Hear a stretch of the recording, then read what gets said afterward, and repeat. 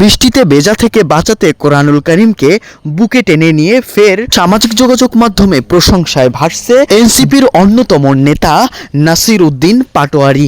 গত কয়েকদিন আগে অনুষ্ঠিত জুলাই যোদ্ধাদের কবর জিয়ারাত এবং দোয়া অনুষ্ঠানে ছোট ছোট কোরআনের পাখি দ্বারা কোরআন তেলাওয়াত করান। ঠিক সেই সময় কোরআনুল কারীমকে সামনে রাখা অবস্থায় বৃষ্টি আসে। বৃষ্টি থেকে কোরআনুল কারীমকে বাঁচাতে নাসির উদ্দিন পাটোয়ারি কোরআনকে বুকে নেয়। আশেপাশের সাধারণ মানুষের ক্যামেরা বন্দী হয়ে যায় সেই দৃশ্য। মুহূর্তেই সে ভিডিও ভাইরাল হয়ে যায়। ফের নতুন করে আলোচনায় আসেন নাসির উদ্দিন পাটোয়ারি। তবে জানা যায় ইরানের সর্বোচ্চ নেতা এবং মুসলিম বিশ্বের অন্যতম নেতা আয়াতুল্লাহ খামেনির জানাজায়ও তিনি অংশগ্রহণ করবে বলে ইরানে সফর করবেন।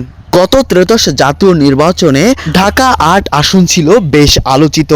শরীফ ওসমান বিন হাদি সেখানে অংশগ্রহণ করার কথা থাকলেও তিনি শহীদ হওয়ার পর সেই স্থানে এনসিপি তথা জামায়াতের জোট থেকে এনসিপি মনোনীত প্রার্থী নাসির উদ্দিন পাটোয়ারি শাপলার কলি নিয়ে সেখানে অংশগ্রহণ করেন।